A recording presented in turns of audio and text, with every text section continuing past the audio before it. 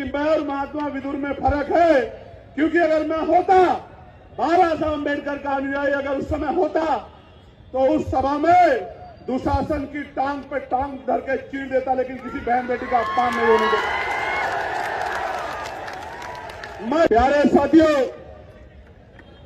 अभी 2 दिन पहले आपने देखा होगा लोकसभा में आदरणीय वित्त मंत्री जी निर्मला सीतारमण जी ने जब मेरी लोकसभा के उठाए सवालों पे जवाब दिया तो उन्होंने मेरे बारे में कुछ टिप्पणी की।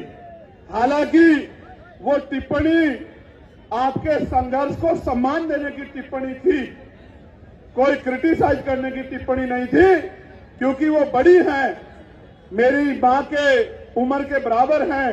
बड़े सम्मान से मैं उनको ये कहना चाहता हूं कि उनके कहने के बाद मैंने महात्मा विदुर को पढ़ने का काम किया।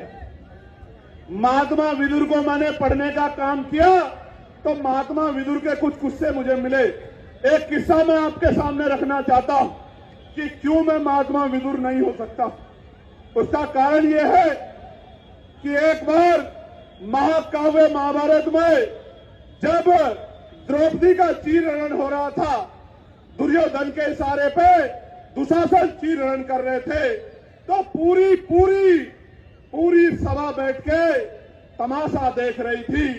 अकेले महात्मा विदुर ऐसे व्यक्ति थे, मैं उनके न्यायप्रियता की दाद दूंगा, जिन्होंने विरोध किया और दुर्योधन को चेतावनी दी कि दुर्योधन ये पाप मत करो, ये पाप आपकी राज्य की सत्ता को निस्ता नाबूद कर देगा। मैं इसलिए मानता हूं कि मैं और महात्मा विदुर में फर्क है, क्योंकि अगर मैं होता, बाबा साहब अम्बेडकर का अनुयायी अगर उस समय होता तो उस सभा में दुशासन की टांग पे टांग धर के चीर देता, लेकिन किसी बहन बेटी का अपमान नहीं होने देता। मैं चुप होके नहीं बैठता, मेरा जो होता तो होता, लेकिन मैं दुर्योधन और दुशासन की टांग पे टांग धर के चीर देता, लेकिन द्रौपदी का अपमान नहीं होने देता। मेरे लोग, ये फर्क है महात्मा विदुर में और मुझ में। जब मैंने उनको आगे पढ़ा तो मुझे पता लगा कि जब कौरवों और पांडवों में, महाकाव्य में जब मैंने पढ़ा कि कौरवों और पांडवों में जब बंटवारा होने लगा तो महात्मा विदुर ने प्रस्ताव दिया कि पांडवों को 5 गांव दे दो।